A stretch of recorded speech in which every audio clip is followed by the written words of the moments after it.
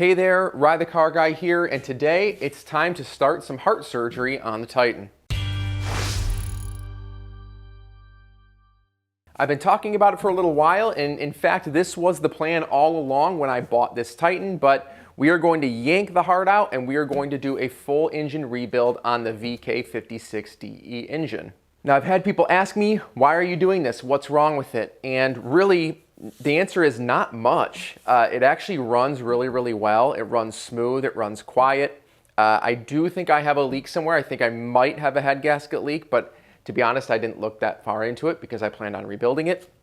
But the idea is I want to trust this truck. It currently has 216,000 and some change miles on it, and I want to start towing a camper. I want to tow quads, I want to throw stuff in the bed, I want to take it long distances, and I just can't trust a truck that I bought at 215,000 miles, and I know for a fact the idiot that owned this before me really abused it. So regardless of whether you have a VK vehicle like a Titan or an Armada, or if you're looking to rebuild an engine for a VK swap into a Frontier or Xterra, this video is for you. I'm going to take you through the entire process of the teardown in the engine bay, actually pulling it out with a crane, doing the rebuild, and then getting the engine mounted back into the Titan. So this is an opportunity for me as well while the engine is out to do other jobs. First of all, just doing a thorough cleaning. The thing is absolutely disgusting and covered in sand, but also some things like there's some brake lines I want to do that sit behind the engine that'll just be a heck of a lot easier with it out, as well as doing rust prevention on the frame. All of that, of course, I will make videos on. And at the end, I'm going to be doing a summary video, whether it be on the main channel or maybe the second channel, but I'm tracking every last thing that I purchase, and I'm making sure that I can give you a really good idea as to what this might cost you if you want to do it yourself. And I'll also post in the description below, of course, any parts that I use for this process, any tools that you might need to purchase, and then also I'm going to create a supplemental article on my website that I'll link down below for any sort of diagrams or things that I want to show you that's just easier to give you a link rather than put on the screen. So let's get into this. I'm pretty excited. We're going to deal with the fluid prep today. So basically taking all of the fluids out that we need to remove. That of course is engine oil, transmission fluid, coolant, depressurizing the fuel, and then what else? The front diff. We're going to empty the front diff as well. We're actually going to start with the transmission because you're supposed to warm up your transmission before emptying it. So I did that and it's warm, so let's knock that out before it gets cold, and then we can move on to the other fluids. To get started on this, the first thing we're going to want to do is loosen the bolt that holds our cap on for the transmission. Now, it's going to be right next to where you fill up your oil, and this is going to be a 10 millimeter. So get used to hearing that. We are working on a Nissan, and it's going to be mostly 10 millimeters. All right, with that loose, we're going to pull it out. There we go. You can leave that loose, so just pull it out, make sure it's out so there's no seal there, and then we can go empty the fluid out of the bottom. Next up, grab yourself a creeper, grab an empty drain pan, 19 millimeter socket, some paper towel, and of course your most stylish eye protection. And we're gonna go grab the drain plug out of the bottom. Now I should mention that I'm doing this because it needs to get done anyways, and I don't know when the transmission fluid was done last, but I'm going to try to get away with taking the engine out without removing the transmission. And I know that sounds crazy, and it probably is crazy, but you may not have to do this step if we're able to get the crane and slide the engine forward and out without removing the transmission. So just keep that in mind. All right, so that's loose. Just be really careful because remember, it's probably gonna be hot. All right, there we go. Awesome, we let that drain for a little bit, and we have our plug here, and I'm just gonna wipe off the tip here, make sure there's no schmutz on it. Actually looks pretty good. And just like when you change your oil, I'm gonna wipe off the surface where it goes in. It's gonna keep draining, but that's okay. There we go. And then get our plug back in there and tighten it up. Between each of these steps, I'm going to empty my drain pan, mostly because we're gonna be taking out different fluids, right? So we don't wanna be mixing those if we don't have to. All right, I must have a thing with transmission fluid. All right, folks, it is Learn from Ryan's mistakes time. I forgot to drain some of my transmission fluid. This is like literally step number 1 of this job, and I've already spilled transmission fluid. But to be fair, I didn't check my container, and the container was leaking. I didn't actually just like pour it over. Regardless, that doesn't matter. I have to clean this up, but that's also not how transmission fluid should look. So that's great. 216,000 miles, it was probably never done. So very cool. But this is a good opportunity for me to try my Super Clean. So let me go grab that. All right, Super Clean sent me some floor absorbent. So I'm gonna try that out. Might as well, right? So just throw it on there. There we go. I have a feeling I'm gonna be using this a lot. There we go. Perfect. All right, I'm gonna let that sit, get the rest of this fluid transferred over to my container, and then I'll sweep this up in a minute and we'll keep going. All right, not bad actually. There we go. Just let it sit a couple minutes and then sweep it up. Done and done. Let's move on, shall we? Now next up is our front final drive, or front differential as pretty much everyone calls it. So the way we want to do this is you want to make sure you can open your fill plug before you open the drain plug. So to get to the fill plug, we have to pull a little sort of like a skid plate or guard underneath off first. Make sure we can break that open and then just drain the fluid from that. I'm excited to see what color it is. Any guesses? All right, let's see. Just 4 12mm bolts for that. So we'll pop those off there. Nice and easy because the entire underside of the Titan is covered in oil. Yeehaw. All right, so that is loose and covered in multiple pounds of sand. But now that that's loose, we have access to our front diff, which is right here. So let's look at that. So if you're looking at the front diff, then the front of the engine is up here. So you're going to be looking sort of on the right side of the big housing here. And for this, it's got the little hole, and really you just seat in a regular ratchet, which is pretty cool. So I'm gonna just make sure I can loosen that. It's basically already loose, wow. So I know that that's free. My friends up north though, you wanna make sure you do this. Make sure you can take this out first, because God forbid you empty your diff and then you can't fill it back up, right? To take the fluid out, go grab your drain pan, which again should be empty. Slide it underneath, and then your drain is going to be right here at the very bottom. So again, throw your guy in there. There we go. And just pull it out. Maybe clean the area a little bit. It's freaking disgusting down here. There we go. Oh, and yet again, look at that. Yow.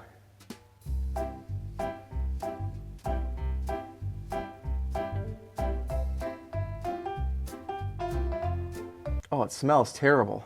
All right. Now we seem to have a wee bit of an issue here. I don't know if you can see that, but there's a lot of little spikes popping out of there. And watch this. Let's pull half of it off. Oh, wow. That is sludge from about a quarter-inch deep sludge on the magnet. That's what was on my magnet. In fairness though, I don't see a lot of metal shards. All right, well that's a problem for future me. For now, I'm just going to continue to clean this off, get these threads clean, and then just feed it back into the drain hole. So there is no open hole, right? And eventually we're actually gonna drop the front diff before we take the motor out. We can just deal with it then. Now there's one more lubricating fluid we need to drop. We still need to get antifreeze, but we need to drop the engine oil. But before we do that, let's go depressurize the fuel system, because that needs to get done too. As part of that process, you turn the engine over and run it until it stalls, and then you continue to turn it over to make sure it's completely depressurized. You don't want to do that without oil. So let's knock that out first and then come back and drain our oil. This process is actually quite a bit easier than it sounds. We need to find our IPDM in the engine bay, which is in the far left corner behind the battery. And there's just going to be a clip on the left and right. So pop those out. You're going to see a row of fuses, some relays, and there's some more fuses down here. And then on the flip side of your cover, you have a little map as to where everything is. So it says here front, if I lay this down, I see that 1, 2, 3, 4, 5, 6, 7 from the left. So 1, 2, 3, 4, 5, 6, 7. So this 15 amp right here. So we just want to pull that, and then of course the fuel pump doesn't get power anymore. Yoink. Set that aside, and now we're going to go start it and let it die. All right, fuse is out. Garage door is open for, fumes. Even though it should go pretty quick, I'm not too worried about it. Well, that was fast.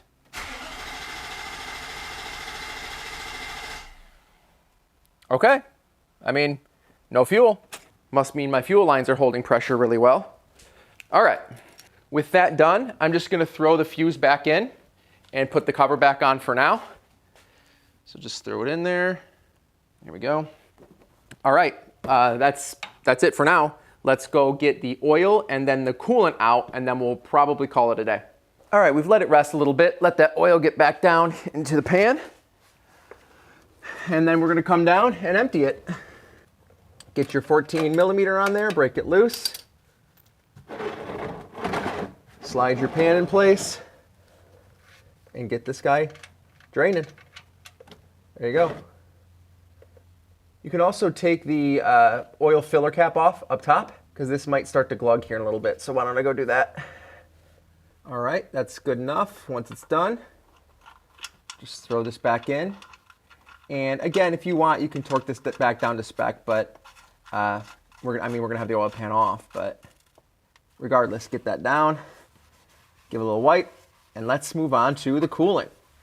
All right, last up is going to be our engine coolant, and we're gonna do, today I think we're gonna start with the partial drain, because the other plugs, there's another plug in the block, and I kind of wanna wait till we have a little more access to it to drain from that, but for now we're gonna do the radiator, and to get to that, we need to remove the little guard underneath the engine compartment cover from the bottom.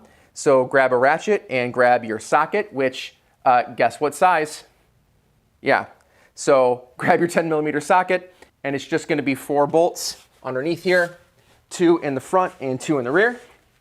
So the ones in the rear are on little kind of in channels. So just loosen those. Oh, nice, that one's already missing, very good. And then fully remove the 2 in the front.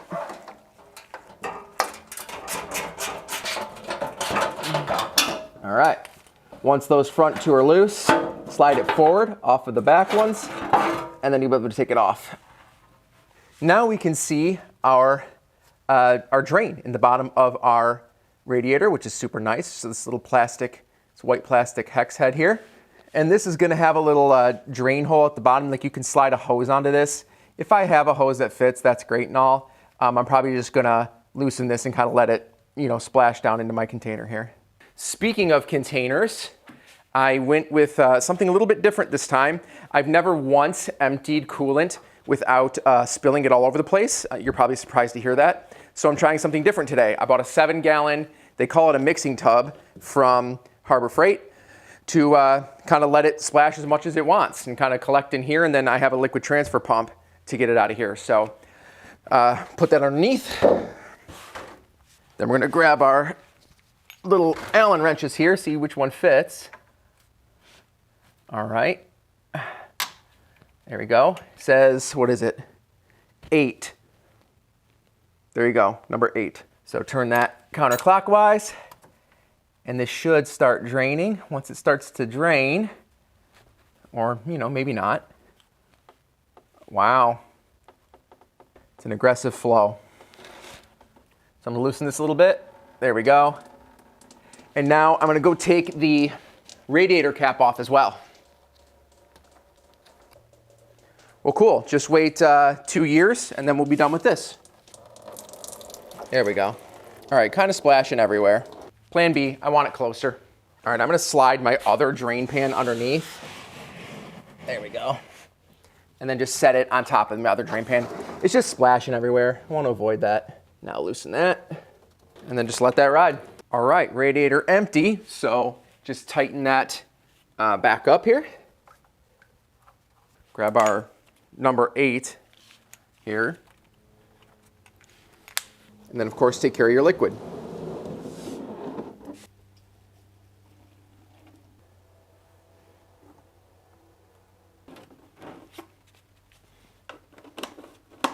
That pan I picked up from Harbor Freight actually worked quite well.